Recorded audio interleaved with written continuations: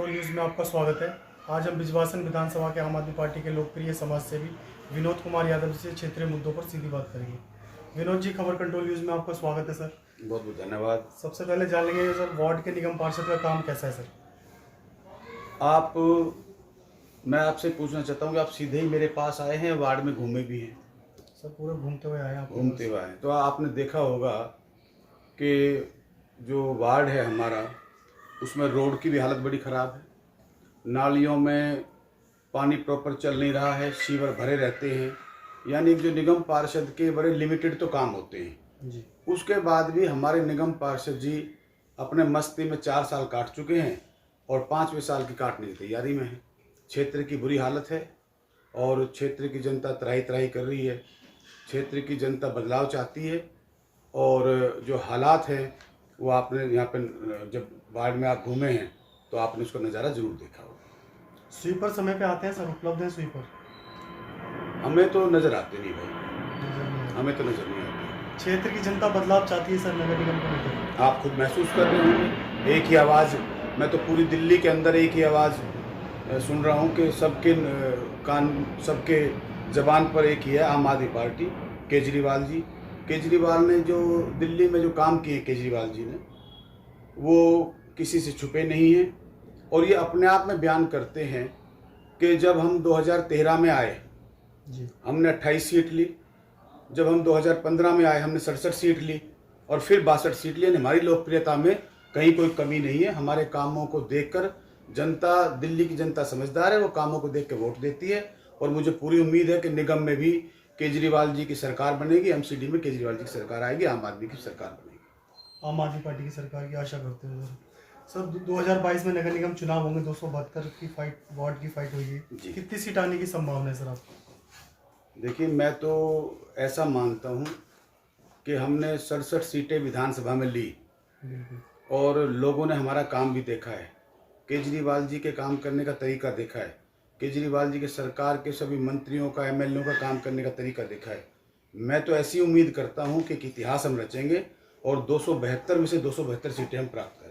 272 seat, मुझे ऐसी उम्मीद है। कोई जादू की छड़ी घुमाएगी दिल्ली सरकार? दिल्ली जादू की छड़ी तो दिल्ली सरकार ने घुमाई हुई है।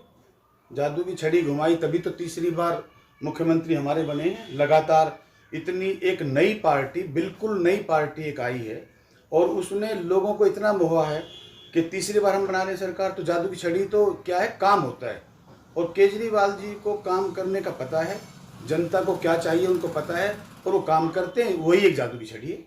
दिल्ली के अंदर हर चीज़ फ्री कर रखी दिल्ली सरकार ने सर, पानी, बिजली, चाहे बस में टिकटें हों। क्या लगता है ये सब ठीक है कहीं ना कहीं? देखिए, ये जो फ्री की जो बात कह रहे हैं, ये इनका जो प्रभाव है गरीब लोगों पे पड़ रहा है। गरीब लोगों को जिनको आवश्यकता है उनको ये मिल रहा है, जिनको आवश्यकता नहीं है, क्योंकि इसकी एक सरकार ने एक लिमिट बनाई हुई है। जैसे बिजली है 200 यूनिट तक फ्री है, पानी 20,000 लीटर तक फ्री है। तो ये गरीब आदमी को एक सहारा लगाने वाली बात है जो सरकार लगा रही है, मेरे हिसाब से बिल्कुल सही है, ठीक लगता है, बहुत अच्छा है ये सर। ठीक है, गरीब मध्यम वर्ग को जो सुविधाएं मिल रही है दिल्ली सरकार की तरफ से, बहुत अच्छी बात है।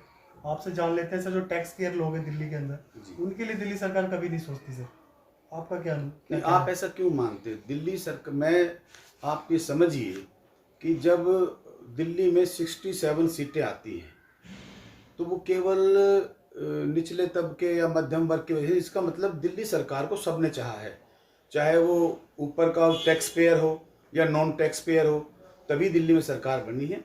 और ऐसी बात नहीं है, दिल्ली सरकार सभी के लिए कार्य कर रही है, अलग अलग क्षेत्र में अलग अलग तरीके से। वो टैक्स पेयर्स के लिए भी कार्य हो रहा है और जो टैक्स नहीं भरते उनके लिए भी कार्य हो रहा है। दिल्ली सरकार का एक ही सपना है कि दिल्ली में सबको, जो जिनका जो अधिकार है सबको मिले। पार्टी आपको मौका दे 2022 में नगर निगम चुनाव लड़ने के लिए, तो आप लड़ेंगे वार्ड से?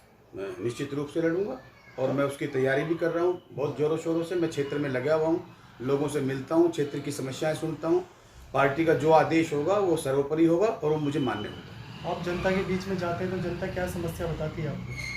मेरी समस्याएं तो मैंने आपको, जब आपने पहला सवाल मुझसे किया था, वो मैंने आपको बताया ही है कि सफाई का बुरा हाल है। एक एमसीडी के पार्षद के पास बड़े लिमिटेड काम होते हैं। रोड नाली की साफ सफाई होगी, सीवर की साफ सफाई होगी, बिजली, जो स्ट्रीट लाइट्स लगवा दी, ये सब काम होते हैं। आप किसी दिन, मेरा आपसे निवेदन है कि आप रात को भी घूमिए तो आपको नज़र आएगा कि गाँवों में लाइटें खराब पड़ी हैं, लाइटें चलती नहीं हैं। निगम पार्षद जी का कोई ध्यान नहीं इन चीज़ों पर। बीजेपी एमसीडी में जो बैठी है बीजेपी, वो कहते हैं हमें फंड नहीं दे पा रही दिल्ली सरकार, इसलिए काम नहीं हो पा रहा। आप क्या कहेंगे इस विषय? सर, केंद्र में भी तो यही बैठे हैं, बिल्कुल। ये आरोप प्रत्यारोप की राजनीति करते हैं, झूठ बोलने की राजनीति करते हैं। केजरीवाल जी ने इसके भी जवाब दिए हैं, बड़े बड़े पोस्टर होर्डिंग लगे हैं। केजरीवाल साहब ने कहा है कि अगर हम नहीं दे रहे हैं, कोर्ट ने भी कहा है, कोर्ट ने भी कहा है कि ये सब कुछ दिया जा रहा है और ये बेकार की बातें करते हैं। ऐसा कुछ नहीं है, जो एमसीडी का हक है वो दिल्ली सरकार उनको निरंतर दे रही है। तो कितनी सीट ला रहे हैं सर आप 272 से? मैंने पहले बताया कि एक चमत्कार होगा दिल्ली के जैसे अंदर। हमने विधानसभा में 70 में से 67 सीटें ली, हम 70 में 272 में से 272 भी सीटें ले जाएं तो कोई इसमें सर छोटी बात नहीं है। दिल्ली के अंदर अगर एमसीडी की सरकार स्थापित होती है, क्या क्या बदलाव होगा दिल्ली के अंदर जो आज से पहले कभी नहीं हो पाया? देखिए, दिल्ली में जो दिल्ली राजधानी है, दिल्ली देश की राजधानी है, ये एक अपने आप में मिसाल होनी चाहिए। और जहाँ जहाँ भी मैं देखता हूँ, हम कई जगह जाते हैं, कूड़ों के ढेर लगे हुए हैं। हम पॉश एरिया में जाते हैं जहाँ हमारी विधानसभा लोकसभा बनी हुई हैं, और जो पॉश एरिया है हमारे, वहाँ भी जो कूड़े के ढेर लगे हुए हैं, इन सब की हम व्यवस्था ठीक करेंगे। दिल्ली को साफ बिल्डर माफिया खत्म होगा दिल्ली में, जो पर लेंटर के लाखों रुपए की बुवाई करते हैं। सबसे बड़ा तो बीजेपी को यही मार्ग लग रही है, क्योंकि बीजेपी का हर एक पार्षद ऐसे उन्होंने मुंह फाड़ रखा कि जैसे ये जो बिल्डर हैं या जो लेंटर पे पैसा लेते हैं, ये इनको एक अधिकार की तरह से लेते हैं। मतलब ये जो मकान मालिक बेचारा, एक गरीब आदमी जो मकान बना रहा है, जैसे तैसे मकान बना रहा है वो, और उस पे ये पैसा खाते हैं, ये अधिकार से खाते हैं, उसको डांटते फिर पैसा भी लेते हैं। लोग इनसे बहुत दुखी हैं, बस इस इंतजार में कि साल कब पूरा हो और कब हमारा इनसे छुटकारा हो। निश्चित तौर से इतने दुखी हैं लोग। आप जनता में जाओगे, ये सवाल आप पूछोगे जो आपने मुझसे पूछा है, तो इस पे आपको उनका दर्द झलकता नजर आएगा। आदमी कितनी मुश्किल से पैसा इकट्ठा करके मकान बनाता है, और उससे इतने ये बेशर्म हो चुके हैं कि इनको इतनी शर्म नहीं आती कि एक गरीब आदमी जो 10,000 15,000 रुपये महीने कमाने वाला आदमी है, और उससे ये लाख रुपए मांग रहे, तो बेचारा कहाँ से देगा। इसी चक्कर में वो नहीं दे पाता, इनका मकान तुड़वा देते हैं।